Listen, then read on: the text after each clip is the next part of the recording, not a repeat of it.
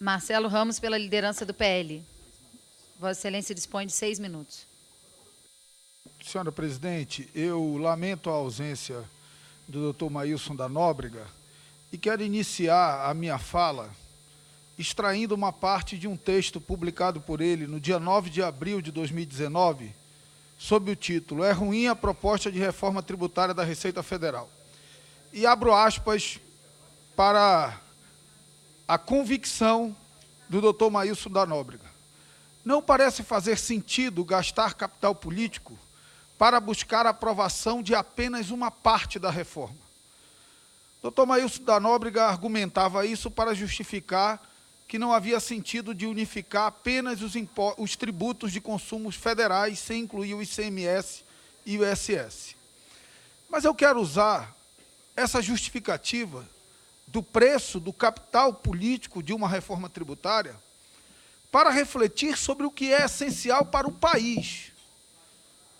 Porque tão ou mais essencial para o país quanto a simplificação é o enfrentamento da regressividade. E eu me impressiono como todos tratam como algo absolutamente natural dentro do sistema a regressividade. A complexidade assusta todo mundo. Mas a regressividade, ele é regressivo, vamos resolver a complexidade, deixa ele mais regressivo um pouquinho, aumenta um pouquinho mais a alíquota para o consumo. Portanto, não tem sentido gastar capital político para fazer uma reforma que não é tributária. Não é tributária porque tributo é gênero, do qual imposto é espécie e do qual imposto de consumo é subespécie. Nós não estamos fazendo reforma tributária. Nós estamos tratando de uma subespécie do gênero tributo. Portanto, isso é tudo menos reforma tributária. Nós não vamos enfrentar o maior problema do nosso sistema, que é a absurda regressividade. E aí, desculpem, a regressividade não é uma comparação com a renda. A regressividade é simples. É quanto uma pessoa de baixa renda ou de alta renda em percentual compromete da sua renda com o pagamento de imposto. E um fato inconteste é que, no Brasil, os mais pobres percentualmente comprometem muito mais da sua renda com o pagamento de imposto do que os mais ricos. E aí nós vamos fazer uma reforma tributária sem enfrentar isso? Tem algum problema no nosso sistema tributário mais grave do que isso?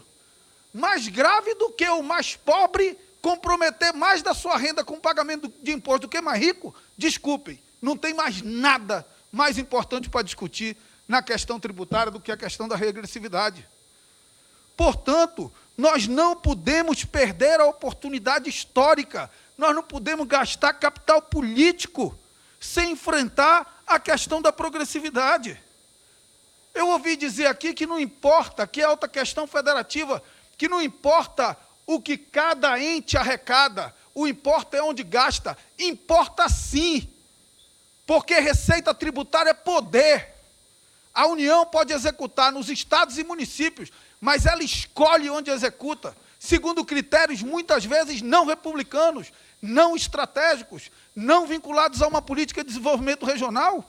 Então, como é que não é importante quem arrecada? Como é que não é importante a hiperconcentração da receita tributária na União? Outra coisa, nós vamos discutir aqui uma reforma tributária, aí vamos discutir tributação de bens, de serviço, mas não vamos discutir tributação de ganhos de capital? Por quê? Por que nós não vamos discutir aqui tributação de ganho de capital? Porque pobre não tem renda de ganho de capital? Porque pobre só paga imposto em bens e em serviços?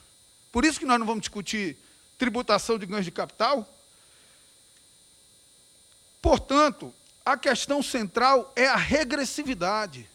E eu lamento que a gente não tenha, no conjunto dos debates, opiniões que tenham como centralidade a regressividade. Nós precisamos trazer para cá gente que enxergue que é fundamental discutir o imposto de renda nesse processo, que se a gente pode fazer uma transição do ICMS, do ISS para o IBS, a gente pode fazer uma transição lenta, gradual, planejada do consumo para a propriedade e para a renda. E aqui eu preciso reconhecer que, ainda que tímidas, mas a proposta relatada pelo deputado Rauli traz avanços nesse sentido.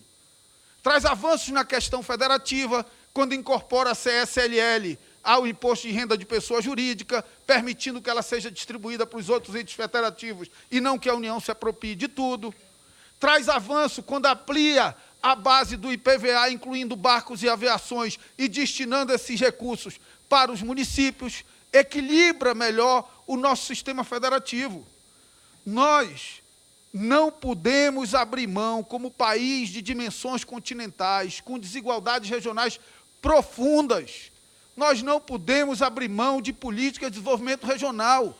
Tem gente que acha que o mercado tem que resolver tudo.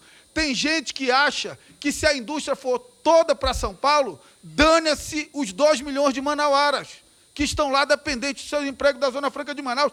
Tem gente que verbaliza isso, e eu acho legal a coragem, a lealdade ideológica de quem concorda a isso. Agora, nós não podemos ignorar que todos os países de dimensões continentais do mundo, só para concluir, senhora presidente, diminuíram as suas desigualdades regionais com políticas de incentivo fiscal. Todos. Os Estados Unidos diminuiu a diferença entre norte e sul com crédito presumido de imposto de renda. E tem um outro problema, que é a questão da seletividade. A gente cria um imposto extraordinário seletivo. Eu acho que a proposta do deputado Rauli ela é mais sincera, porque o critério de seletividade no mundo é essencialidade. No Brasil é onde eu posso cobrar melhor. Aí eu crio uma justificativa para a essencialidade. É fácil cobrar imposto de combustível. Então, combustível, eu posso ter uma alíquota especial. É fácil cobrar imposto de energia. Aí eu digo que a nossa energia é suja, aí eu posso cobrar imposto de energia. Aí você vai nos códigos tributários estaduais, já concluo, presidente, você vai nos códigos tributários estaduais, a energia está na mesma alíquota da joia, o combustível está na mesma alíquota do iate. Portanto, você ter um critério aberto do que é seletividade é estimular, num futuro próximo, a legislação infraconstitucional estabelecer essencialidade, não pelo que é essencial para a vida do cidadão, mas pelo que é mais fácil ou mais difícil cobrar. Então, acho que a gente está perdendo a chance histórica, a gente está gastando capital político sem enfrentar o que é mais importante do nosso sistema, que é a profunda regressividade, na minha opinião, que será agravada com essa proposta se não houver alterações. Deputado Capitão Alberto Neto, falando pela liderança do Republicanos, Vossa Excelência dispõe de 5 minutos.